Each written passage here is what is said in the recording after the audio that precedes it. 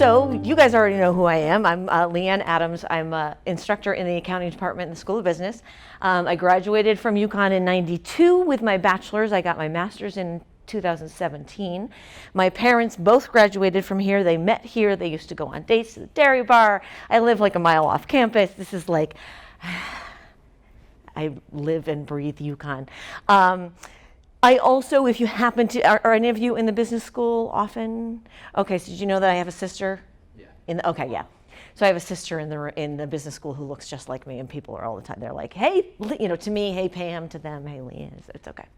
I also run the Volunteer Income Tax Assistance Program. So if y'all want to get your tax returns done, we can do that. I'm just going to show you this real quick. I think I put the link here. If not, I have it later. Here we go. This is our website. It's a classroom, so we have it's a class, excuse me. So we have a student portal here that really just talks about what does a student participating in VITA do, benefits from participating in the program, what the clients are like. They really, they're so cute. They're so much fun. And then the client portal there's information here about, just what we're doing again, but also if you want to make an appointment, there's the link right here to freetaxhelp.us. So we do tax returns. Most of our clientele is foreign students and scholars, but we prefer U.S. citizens are so much easier. So, spread the word to your friends if they need to get their taxes done. We're happy to do them. But I'm going to talk about how to do them yourself today if you're interested. Let's see, let me close that. Oops. Okay. So I want to just kind of tell you, what is your major? Management. Okay. Oh, so you know my sister good. Yeah. She's in the management department. And how about yourself? Mechanical engineering. Okay. That's my son is going to be coming to UConn in the fall. I believe that's what he wants to study. And you're actuarial science? Yeah. Okay. And did you say your name was Jack? Jack. Jack. I'm Alex. Alex. Julia, okay, just so we're all, on the same page. So just to let you know what you need to know as a citizen of the United States going out into the working world, first of all, Congress versus the IRS. Everybody thinks the IRS is the bad guy, right? So the IRS is coming after me and they want all my money. It's not them that want all your money. It's actually Congress. So Congress makes tax law. The IRS just enforces it. It's like, the courts making law and the police enforcing it, the same kind of thing. So, if you're unhappy about your taxes, you're not unhappy with the IRS, you're unhappy with Congress. And just to let you know how tax law is created, the purpose of tax law obviously it's to make money for the government to do what they need to do. But a lot of the laws that get put into place by Congress are with the purpose of encouraging some kind of beneficial economic activity, So the tax laws, especially income tax laws, a lot of them are in place to encourage activity that Congress wants to happen, that's going to help the U.S. economy. So that's why there are education credits, because Congress wants to encourage people to go to school, and you get a tax break by doing that, assuming that you qualify and all that stuff. But another thing that, not so much anymore, but for years and years, if you itemized, the things that you deduct to reduce your taxable income were things like mortgage interest, property taxes, charitable contributions. All of those things are things that Congress, the country, wants to encourage people to do. So they want to encourage people to buy houses and take out loans. So they make mortgage interest deductible. They want to encourage people to buy property. So they make property tax deductible. So that's what I mean where, tax law, a lot of it is created to encourage this beneficial activity. Okay, so tax brackets, so you hear about this, like how much are you going to be taxed? This just giving you kind of like a overview here. So there's basically 4 different filing statuses. You're either single, you're married filing jointly, married filing separately, or head of household. So y'all, I'm assuming, are single. You might also be dependents. Do you know if you're dependents? Probably. Okay. So you're single, but you're a dependent, and we'll talk about that in a second. Married filing jointly versus married filing separately, this is a much better tax rate.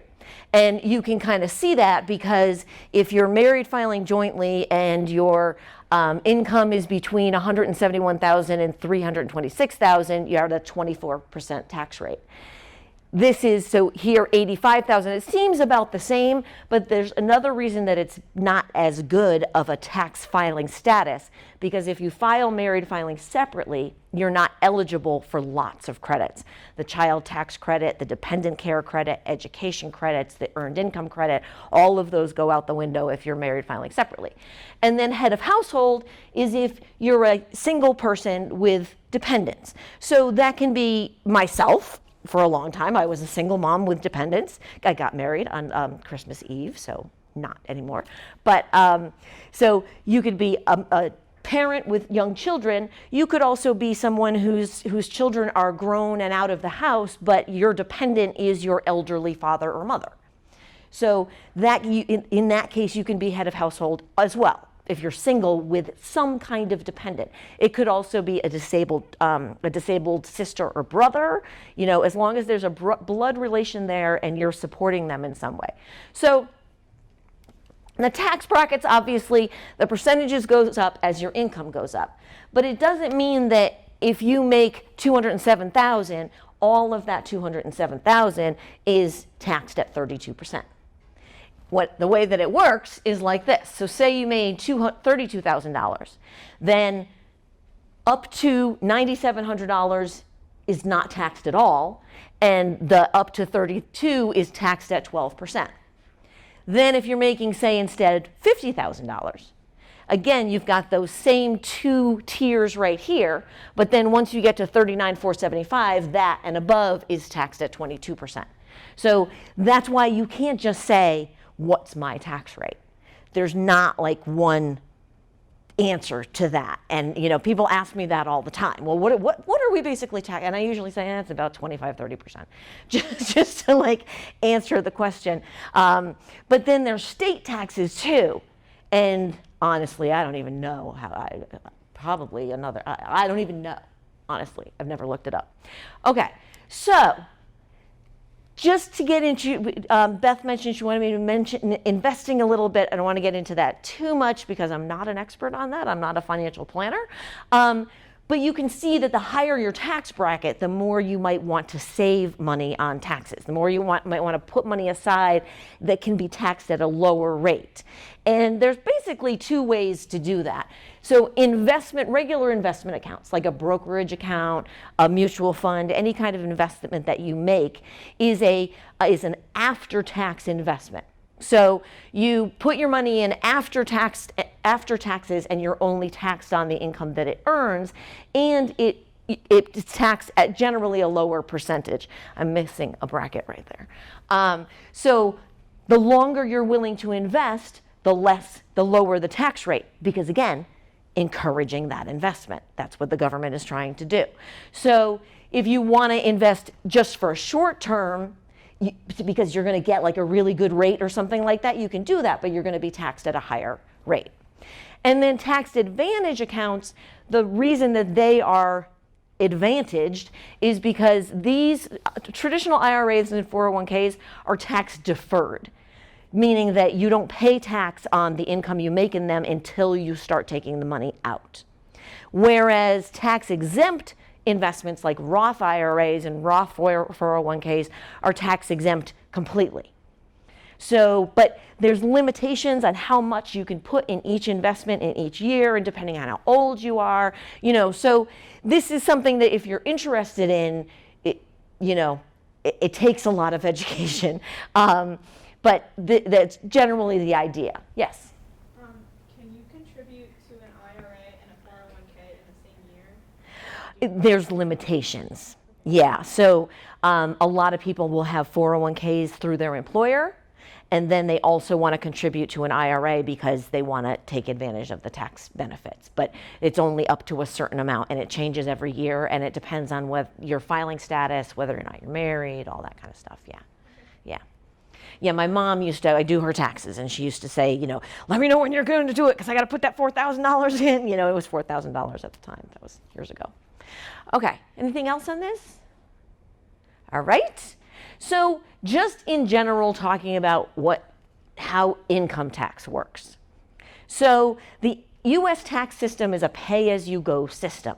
What that means is when you make the income is when you owe the tax, which is the same reason that if you hit the lottery or something, you know how they always say the tax man is standing right there. That's because you've just earned the income and you owe the tax right then. So they want to get it when you have the money, basically, before you spend it all. So this means that do you guys have, anybody of you who have jobs? You have a job, but you guys, have you worked have you worked? Okay, so you know that what they're paying you is significantly more than what you actually get. Okay, this is because the U.S. tax system is a pay-as-you-go system. And if your employer is required to withhold the taxes that you may owe on that income and send it to the IRS at the same time that you earn it.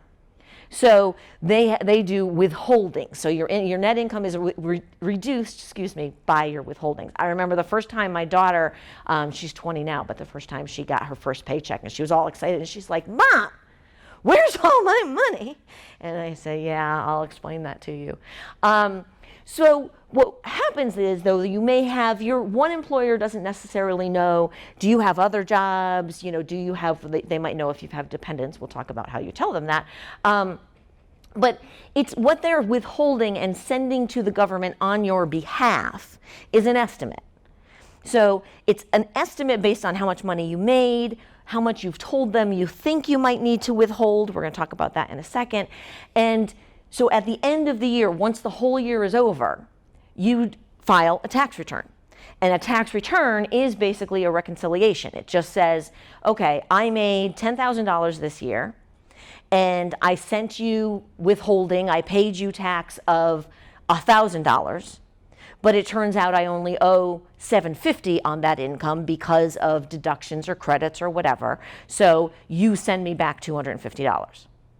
So your tax return is just a true up of, it's just saying, okay, this is what actually happened now that the year is over, and I know what my deductions are, and I know what credits are available. Based on how much money I sent you, I either need to send you more or you need to send me some back. Okay? Which is also the reason that if you are due a refund and you don't file your tax return, the IRS doesn't really care, because they owe you money, right? So they're not going to penalize you. You might get a,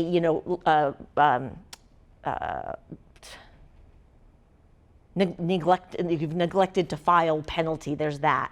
But for instance, I had a friend who hadn't filed his tax returns for 3 years, and I kept saying to him, "Friend, I run the VITA program. Can I do your taxes for you?" He's like, no, I took care of it, because he didn't want to tell me that he hadn't done his taxes. And he was terrified that he was going to get arrested. And so finally, he admits that he hasn't filed his taxes for 3 years. And I knew that he's a low-income person with 2 dependents. And so I was like, they probably owe you money. They owed him over $12,000. So that was a nice boon right before Christmas. But, they didn't care. They weren't going to say, hey, file your tax return so we can give you $12,000, If you don't file and you do owe money, that's a big problem. Okay, questions about this so far? Yeah. Just kind of a general, I don't know if you really would even know this, but how many people don't file their taxes? I don't know that. That's a good question. I think, the lower income you go, the higher the rate probably is, because and that's one of the reasons that the VITA program is in place. It's not just here at UConn, it's across the whole country, and it's sponsored by the IRS. So they started that in 1975 or 69, I think, because tax law was getting so complicated. And so people with not a lot of money were paying people to do their taxes, and that's not what that wasn't the intention. You know, they want these low-income people to be able to file their taxes and get their money back. And so they started the VITA program, a volunteer income tax assistance, for low-income and elderly and disabled people, and they extended it to, you know, international people, people that don't speak English well, all that kind of stuff, because tax law is so complicated. And usually that's why people don't file, is that they just don't know how, which is why it's great that you guys are here today. Anything else about this? Okay. Before we go on, let's just tell me, like, what do you guys hope to get out of today? I mean, do you want to know how to do a tax return? Do you want to know about the system in general? Like, yeah. I worked a job as an independent contractor. Oh. And that means they didn't withhold it all. Yes. And it probably accounted for about 40 to 50% of my wages for the year. Yeah. And so I'm just like hoping that that's not. I want to know what the implications of that would be. Okay. Okay. We can talk about that. Anything else, you guys? Yeah. So like I got my W-2 Uh-huh. and I'm like, what do I do now? Okay. Okay. We can talk about that too. Yeah. I'll just jump right into that question because, you know, there's other things we can talk about, but I want to make sure I cover that. So, without asking you questions about your level of income. It's less than 10,000. Okay. So, but you're a dependent. I think it's probably right at 10,000. Okay. Do your parents claim you as a dependent? Well, it doesn't matter Yes. if you're. So they claim you? Okay. So the problem is that because you're a dependent, you have a lower exempted amount of income. So let's get to I do have a slide that talks about dependent taxes. So let's get to that first, and then I can tell you you don't have too much to worry about if you don't have that much. Do you have any withholding from other jobs? Yes. I Okay. probably have like equivalent withholding. Okay. Like it was probably about 50% of my income and then 50% was a different job. Okay. Okay. So as long as I'm going to throw this out there and don't panic. So you won't be penalized. They won't come after you if you owe less than $1,000. Like you would still have to pay it, but it's not like they're going to, you know, they penalize you if you owe more than $1,000 because they want people to pay attention.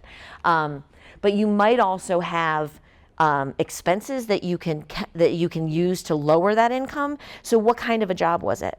It was like Grubhub. Okay. So Just don't withhold at all. okay. Did they reimburse you for mileage? No. Okay. So you can. Did you keep track of your mileage? Yes. Okay. You can expense that. That's excellent.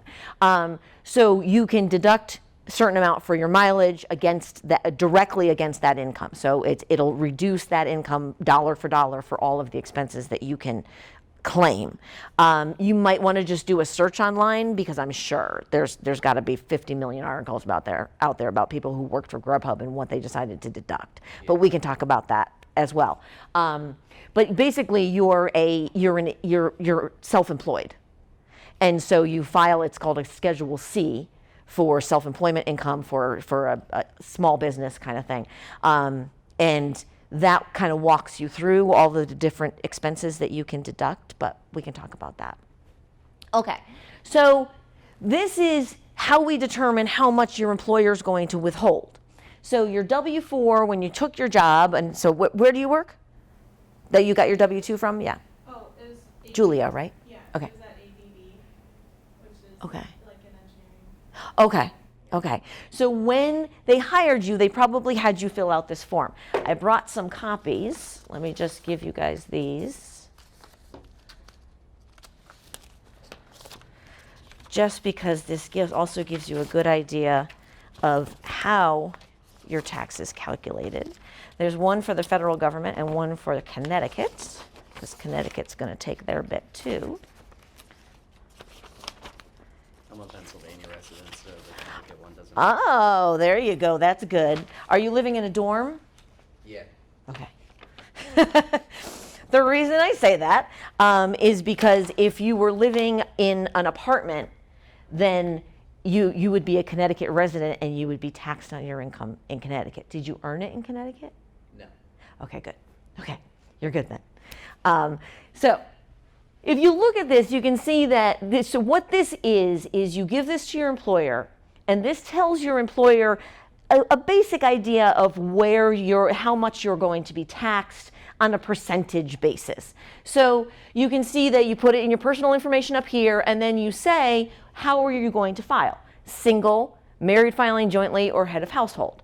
Because as I showed you, those are different tax brackets. Those are different tax rates depending on how you're filing.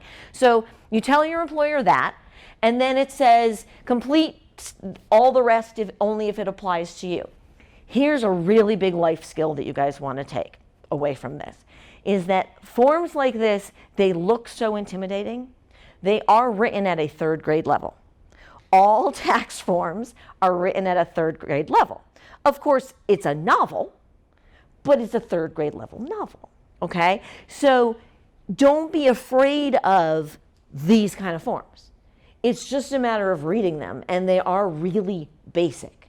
There's just a lot to read, you know? So being someone who is not afraid to jump in and figure out how to do paperwork. You hear all these people that say, I'm not a paperwork person. It's just because they haven't taken the time. So I have 3 sisters. When my mom got sick years and years ago, we had my sister Pam, the youngest one, who's like the household, you know, she did all the decorating and all the cooking and everything when my mom was sick. And then my sister Carrie, who is a nurse, and so she came and took care of my mom. And my sister Chrissy, that we just say is like comic relief. And excuse me. And then sorry. I've just gotten over the flu. Every once in a while, it comes back to get me. And then I was the paperwork person. Everybody thought that was amazing. And I'm like, that's not that amazing. I can read. You know what I mean? Like, and I'm not afraid of it. So just, you know, being not afraid to just jump in and look at these things. So this one says, so step 2, complete this step if you hold more than one job or are married filing jointly in your, so if you're not, you skip this entirely. And I don't have the rest of the form up here, so I'll just pull this one up. And then, so this next step says, do you have any dependents? If the answer is no, you skip to the next one. Step 4 says, do you expect to earn any other income? Do you want to have extra, if you expect to claim deductions, there's a deductions worksheet. It's just saying, and then extra withholding. Do you want any extra withholding because you think you might have 1099 income, you know, so you want your withholding employer to withhold more? That happens too. So all you're doing is you're telling your employer, this is my filing status, this is how much more money I think I might be making, and therefore I want you to withhold more. You're just telling them what to withhold. And then the same thing for the Connecticut W-4. It looks more complicated, but Connecticut taxes, the way that the system works for taxpayers is actually pretty easy. But you can see, I gave you this one, right? Oh, okay. So you're just picking what is your filing status. Married filing jointly, qualifying widower is another one. Married filing separately, single, or head of household. And then it says, so enter the withholding code that you chose on line 1. And then it says, if you want to have any additional withholding, let us know. And then, or do you want to reduce your withholding? So again, you're telling your employer, this is what I want you to withhold for Connecticut tax. And they base their withholding on this form. Okay? So that's all that is those forms are saying, this is what I want you to withhold, this is what I'm going to pay in taxes, well, not in the amount, but that's how they determine how much they're going to pay on your behalf from each paycheck. Okay? Questions about that? Yes? So when it says less than $15,000 and no withholding is necessary, Yes. do you not pay taxes if you earn less than $15,000? Right, for the state of Connecticut. Okay. Yes. So it's there's a 12,000 bracket too. But if you earn less than $15,000, then you won't owe taxes at all. So if you tell your employer that, they won't withhold taxes. But if you end up making more than that and you don't have withholding, then you do end up having to pay taxes at the end of the year. But yes. Okay. Same thing for the federal government. If you're not a dependent, then your minimum, the exemption or the deduction amount for a single filer is $12,200. So if you're going to make less than $12,200, you don't have to pay taxes on that either. Okay. And the W-4, I forgot that I put that one up there. Okay, so this is generally the kind of minimum amount that you have to make in order to have to file, which is kind of what we were just talking about. So if you're single and under 65, then you can file, you don't have to file a tax return unless your income is above $12,200, because that's the standard deduction for single filers. Same thing for married filing jointly. So married filing jointly, the standard deduction is $24,400. So if as a couple you made less than that, then you don't need to file a tax return. Okay? And then we're going to talk about dependents in a second. So this is if you have to file a tax return, because if you make more than this, you definitely owe some taxes. You may have already paid them through your withholding, but you owe something and you have to file a tax return. Okay? But if you say, this is a lot of reason that people don't file their tax return is they say, well, I sent in enough and I'm not worried. I paid my taxes. I'm not going to worry about it. And I don't want to deal with it. So a lot of people give up their own money because they paid more than they had to, and they don't want to go through the angst of filing a tax return and getting their money back. So a lot of people that don't file, that's the reason they don't file. And that's why we try to get out there and talk about this, and that it's really not that big a deal. So children and other dependents. Okay, so if your parent or any other taxpayer may claim you as a dependent, then this determines whether or not you have to file a tax return. So if you are under 65 and not blind, which I'm pretty sure all of us in this room are, then you must file a tax return if your unearned income was over $1,100. Unearned income is not wage income. So interest income, dividend income, any kind of investment income is passive income, and it's taxed differently. Your earned income was over $12,200. So that might be you. Oh, well, no, okay, hold on. Any of the following, I knew there was one in there. So your gross income was more, this is such a weird, so think about this. It sounds really weird, but if you think about it, then it makes sense. So your gross income was more than the larger of either $1,100 or your earned income up to $11,850 plus $350, right? Think about what $11,850 is plus $350. $12,200, right? I don't have my calculator. Okay, so it's saying that either the larger of $1,100 or your earned income plus $350. So if your earned income is $500, then your earned income plus $350 is $850. And so it's not more than the larger of $1,100. So this is like what so many tax calculations sound like and are based on. But if you just take the time to okay, does this apply to me or does it not? So for you, assuming you made more than $1,100, then you definitely have to file. Most dependents with any kind of a job do have to file. Okay, questions about that? All right, so you may get a W-2. W-2 is what you got from your employer, and that's reporting, if you look up in box 1, wages, tips, and other compensation, that tells you exactly how much money you earned for the year 2019. And then next to that, box 2, federal income tax withheld, is how much your employer paid on your behalf to the federal government. Down here, your state information is here. So you would have state wages, tips are usually exactly the same number, and then state income tax, box 17, is how much your employer paid on your behalf to the state government. Okay, so you probably will get one of these forms. Another form you could get is a 1099 INT. This reports interest earned from a bank or an investment or whatever, just regular interest. There's also a 1099 div, which is dividends that you earned. There's a 1099 misc, miscellaneous, which is what you're getting. Okay, so there's lots of different 1099 forms that you might see in your lifetime as a wage earning person. A W-2G, if you decide you're going to go to Mohegan or whatever and do a little gambling. I can't do that. I break out in hives. I'm a CPA. No gambling. But you can see the W-2G is certain gambling winnings. There's a form for every kind of income. Here's the last one I'm going to show you is certain government payments. So a 1099-G you would get if you had unemployment compensation.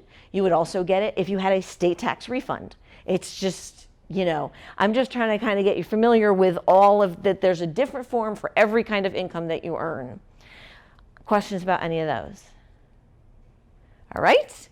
So the tax return, this is what do I have to do, right? So I printed copies of these for you just so you could get familiar with it. Here you go. Thank you. Welcome. There you go. There you go. Okay. Did you want one? Do you want one? Okay. Okay. So this is a tax return.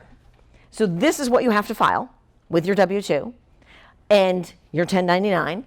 So you can see that it starts up at the top, again, just like on your W-4, it was asking, are you single, married, filing jointly, married, filing separately, head of household? Okay?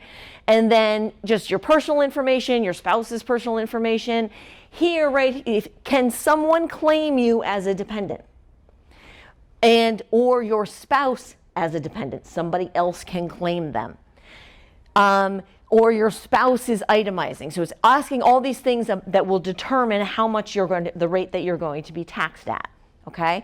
So you guys are going to fill out this form with your personal information, and then you're going to say, yes, somebody can claim you as a dependent. It doesn't matter whether they do claim you or not, you still have to file as a dependent. And then if you are a dependent, you can't have dependents, by the way. But if you had dependents, this is where your parents are going to list you with your name, your social security number, your relationship, and whether or not you qualify them for the child tax credit or the credit for other dependents. You probably qualify them for the credit for other dependents because you're older than 17, but you're a student at a full-time institution, educational institution. Okay, let's see. So then if you look down at the next area, this is where you're reporting your income, okay? So wages, salaries, and tips, that's where the wages from that box 1 of your W-2 are going to go in that line right there. Okay, and then you can see all these other kinds of income, qualified dividends, IRA distributions, pensions and annuities, Social Security benefits. So my dad is retired and he gets money from Social Security. So he gets a form, it's a SSA 1099, and that's where his Social Security benefits go. And then other stuff here, so other income from Schedule 1, line 9, and then other adjustments to income from Schedule 1, line 22. Let me just show you what that is. It's on your very next page. So this is Schedule 1, addition to incomes and adjustments to income. So this one just shows basic kind of wages, pensions, annuities, that kind of thing. And then if you have other stuff, so taxable refunds or credits off, so because you can deduct the state tax that you pay. You can reduce your income by that state tax, but then if you get a refund from it in the same year, then you have to pay taxes on it the next year. Alimony, business income or losses attached Schedule C is right there on line 3. Other gains and losses, rental real estate, unemployment compensation. So those are all additional things that get taxed. I'm just going through this so you get familiar with what these kinds of things are. And then adjustments to income might be educator expenses. If you're a teacher in K through 12 and you spend your own money on supplies for the classroom, you can deduct up to $250 of that. Not a lot, but. And then expenses of reservists, if you have to buy your own uniforms and that kind of stuff. Health savings account deduction. What are some others in here? If you're self-employed and you file a Schedule C and you pay for your own health insurance, you can deduct it right here. All of these things reduce your taxable income, okay? And then what are any, student loan interest deduction.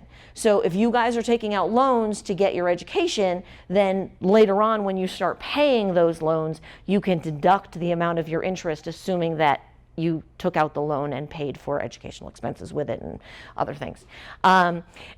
Excuse me. And here's that IRA deduction. So if you put money into an IRA, this is where you deduct it. It'll reduce your taxable income. Okay? Questions about that? Any of that? Okay, so I'm just showing you that these two forms make the adjustments to income that are talked about on line 7A and 8A. That brings you to your adjusted gross income. So how much income did I earn? What kind of things can I then deduct from that? And then this is the number that you're taxed on.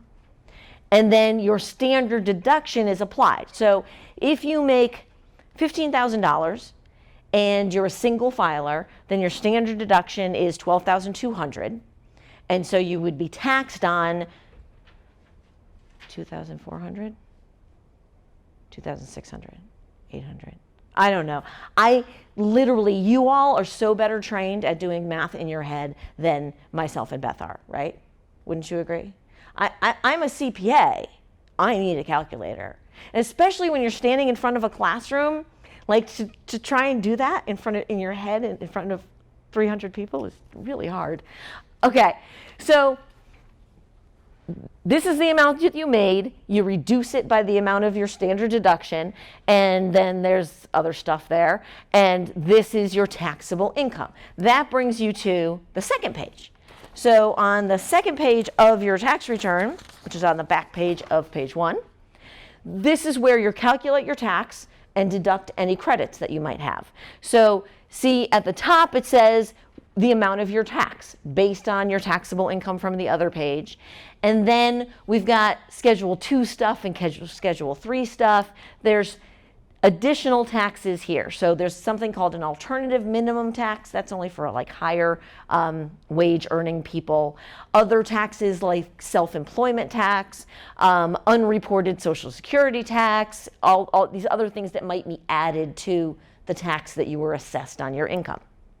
So after all that, you say, okay, this is the tax that I owe based on my income. Here are my credits, my deductions, and all that. And then it says, okay, well, how much did you withhold? So on line 17 there, federal income taxes withheld. That's box 2 of your W-2. So box 1 goes in, line 1 right there, and then box 2 goes on line 17. So that's telling them, okay, I know how much, I've just told you how much I earned. Here's how much I've already paid you. You compare that to the amount that you owe on line 16, and then you either have a refund or you owe a payment. Okay? So I just went through all that. I know it's kind of like tedious and everything, but just to give you a better idea of all of the different things that go into calculating your tax. And let's see, we talked about that one. We went to and then I just wanted to mention, because you guys all are students, what educational credits there are out there. If you are a dependent and your parents claim you as a dependent, they have to take the credit. You can't take the credit, no matter who paid even if you paid your own educational expenses. If they don't claim you as a dependent, then you can take the credits. That's just the way it works. So the American Opportunity Credit is the best credit. Okay, it's for people who are in their first 4 years of education. They're pursuing a degree. It's a degree producing program, and they're going at least half time to school. So it's a $2,500 credit. The cool thing about that one is that $1,000 of it is refundable. So even if you don't owe taxes, you can get $1,000 of it back. Okay, so then there's the lifetime learning credit. That's after you do your graduate work. So if your undergraduate work, excuse me. So if you're going to school to improve your skills after you graduate, if you go for a graduate degree or a PhD degree, you would qualify for that one. The interesting thing between these two is that if you are a convicted felon, you don't qualify for the American Opportunity Credit. But you do qualify for the lifetime learning credit, which I think is really cool. And it also, because it shows, it's a really good example of how tax law is intended to encourage the behavior we want to encourage. So convicted felons coming back out, they've done their time, we want them to go and get education to get a better job, right? So they qualify for the lifetime learning credit because it's just something to encourage them.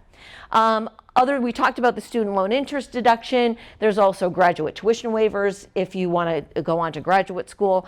A 529 plan tax benefits. Your parents might have this. I have one for my children. So it's money that you put in you put it in pre-tax and it's not taxed until you take it out, only if you take it out for non-education benefits. But if you take it out for educational costs, then it can go towards the education costs and you aren't taxed on it. Questions about any of those? Okay. So the deadline for filing a return is April 15th. This is don't worry about that. That's for my international students. This is our website if you want to go and check that out. Also, you can, and that's our registration. There's all sorts of free resources online to file your taxes on your own. And if you just get used to doing it, if you guys come and get your tax return done at VITA, we'll kind of walk you through the process. That's part of the purpose of VITA, is teaching people how to do their own taxes so that you don't have to worry about paying a ton of money in the future getting your taxes done. I think that was just about it. Yeah, just wanted to mention your tax records are subject to audit by the IRS for up to 7 years. So once you start filing, make sure you keep your records for 7 years. It's a legal requirement. If you worked in a different state than where you resided, you may have to file in that state too. I think there's either 5 or 7 states that don't have an income tax. New Hampshire is one of them. I'm not sure what the other ones are. So that's just a whole bunch of information that I thought it would be beneficial for students to know. But what else do we want to talk about? Anything else? Yes. So the job that I'm going to have after I graduate Yep. is a rotational program. So Mhm. we move around every 6 months for Okay. 2 years. Oh. So would I pay like state taxes in both states for like the 6 months? Probably. So are your residence is still going to be in Connecticut? Is that where you Well, I'm reside? gonna have to move Right. and work there. Okay. But, I mean, my parents will still live here. Right. So the way that it works is that state residency is based on whether or not you live there. Oh. So like the state of Connecticut, so if you're here, when will you leave Connecticut? Well, they haven't. I mean, generally. I might start in Connecticut. Okay. Be here through the end of 2020, or I could start not in Connecticut and leave in June. Okay. So if you were to leave in June, then you're leaving before the year is half over. Once you live in another state for 183 days, you're a resident of that state. So if you stay in Connecticut, you're a resident of Connecticut, and even if you work in another state, you still have to pay Connecticut taxes on that income because you're a resident of Connecticut. But if you also pay taxes in that state, then you get a credit for the taxes that you paid in that state on your Connecticut return. Okay? So you may have to, if it's 6 months, 6 months, 6 months, probably every year you're going to file at least 2 state returns because you'll have, unless one of them is a state without an income tax. Yeah, but I mean, it's not that hard to do, especially the state tax return, the state tax websites. Their free filing process, especially Connecticut's, is really easy. They just, they walk you through the questions and you just file.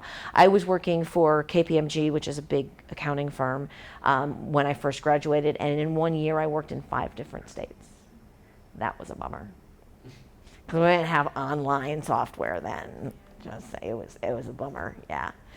So, but yeah. What else? Yes. It's honestly along the same lines. Okay. Filing 2 different states, so do you file in 2 different states, or is there one state that's more advantageous to file in? No, you have to file in both states. Okay. So you would file in one as a resident and one as a non-resident. Okay, so which one do you choose as the resident? Which one do you choose as the non-resident? It's based on the law and how long you lived in which place. So, for example, if you say your parents and your whole family lives in Massachusetts. So you're a resident of Massachusetts, but you're going to UConn for school. Sure. If you live in a dorm, that's considered temporary housing. It's not considered a residence. So none of your time in Connecticut counts as residency. You're still a resident of Massachusetts. Okay? If you live in an apartment, then all the time that you're in that apartment counts as residency in Connecticut. So if you're here for more than 183 days, you're a Connecticut resident. See what I'm saying? So it's based on where are you and how are you living there? Yep. Yeah. So when you file 2 tax returns in 2 different states, do you file, say you worked in that state and then you came to a different state and worked in that state? Yeah. Do you file just what you worked for in that state, and then on the other one, in Connecticut, you file just what you earned in Connecticut, or do you file? So you file, the easiest one to explain is in Connecticut. So you are a Connecticut resident and you are taxed on all of your income. So if you earn some money in Connecticut, some in Massachusetts, some in New Hampshire, then you're taxed on all of that in Connecticut because you're a resident of Connecticut. In Massachusetts, you're going to pay some tax because they have an income tax. So say you owe, let's just say $1,000 on income tax in Connecticut on all of the income that you earned in all of those states. So you're going to get a credit. So it's $1,000 in Connecticut, say you owe $200 in Massachusetts. So you'll get a credit on your tax return for the $200 that you paid to Massachusetts. So now you owe $1,000 to Connecticut. Instead of $1,200? Instead, well, I said, say your tax liability in Connecticut was $1,000. Oh, okay. Then if you pay $200 to Massachusetts, then you get a credit for that in Connecticut. So it's where do you live? You're taxed on that state because you live there. So the whole reason for the income tax is to pay for the fact that you live there, to pay for the roads, to pay for the government, to pay for the police, to pay for the libraries. That's what that goes towards. So if you're a resident of Connecticut, you're paying for the benefits that the state of Connecticut gives you. So, and that's also, there's another reason that you might, property taxes are very different from one state to another. Connecticut's pretty expensive, right? So years ago, I had a friend who had lived in North Carolina for a really long time, and he hung on to that address as long as he could because he didn't want to have to file his property taxes on his car and everything in Connecticut. Yeah. So, one's really convoluted actually. That's okay. I reside in Pennsylvania. Yep. I'm living in a dorm right now. Yep. I'm gonna have income dispersed throughout the year from Pennsylvania. I'm signing a lease for Connecticut that starts as of June, I want to say. Okay. And I will be living and working in Minneapolis for the summer. Wow. And I'm not going to be getting any income in Connecticut, I think. Huh. Yeah, but so this is directly what he's talking about. So if you're living in Connecticut starting in June, then by the end of the year, you will be a Connecticut resident because it'll be more than 183 days, anytime after July 1st. if I'm leasing in two places though, like at once, like my name. Oh, so you still have, that's interesting. So you still have an address in Pennsylvania, I'm gonna have 3 addresses this summer. but the one in Pennsylvania, you're going to maintain the entire time. I guess I would. Like you're saying that you said your name is on the lease. So do you continue to pay rent there? Yeah, I'll have to, like, someone's subleasing from me, but like my name is the lease for the summer. Yep. And then I'm also on a 3-month lease in Minneapolis, and then I reside at my house in Pennsylvania. Okay. So probably the best thing for you to do, and this is not illegal, is don't change your driver's license address. That's it. Pennsylvania. Yeah, keep your Pennsylvania driver's license. Because the problem is going to be once you start establishing all these different residencies, and then the question is, which one were you in for the most amount of time? You know? So if you, as long as you're maintaining your residence in Pennsylvania, and you're really not in any other place for a significant period of time, then if you earn income in Connecticut, you'll have to file a Connecticut tax return, Yeah. but as a non-resident. And you'll only be taxed on the income that you earned in Connecticut. Okay. Yeah. Okay? That's why in Massachusetts, so you're a Connecticut resident, you earn money in Massachusetts, you're only taxed on the money that you earned in Massachusetts. So, yeah, so you can file 2 tax returns, one in Pennsylvania. Right. One is your resident state, and the other is your the other 3 or 4 or 5 are your non-resident states. Yeah. You put your address of your. Yes, always put your Pennsylvania address on all of them. Yeah. All right. You understand. Wow, you got a lot going Yeah, on. Yeah. I'm everywhere, so Yeah. that's messed up. Okay. Yeah. Yeah. If you send me an email, I can send you some information about the 1099 and you know Thanks. what things you can deduct and all that. Yeah. Sure. I appreciate it. And how do you feel about doing your taxes on your own? You want to come and see us? You Yeah, can. maybe. Okay. Yeah. So just go to our website. It's the vita.business.uconn.edu, and you can just make an appointment, and it walks you through a little questionnaire just to make sure you're like within scope for our program. But Okay, perfect. we love doing U.S. citizen students. They're so Awesome. good. Yeah. No problem. Anything else you guys want to talk about? All right. That's all I've got then. You guys both definitely know where to find me. I'm in the School of Business, Leanne Adams. Feel free to look me up if you need anything. I'd be happy to help. Thank you so much. Okay, no problem. Thank you.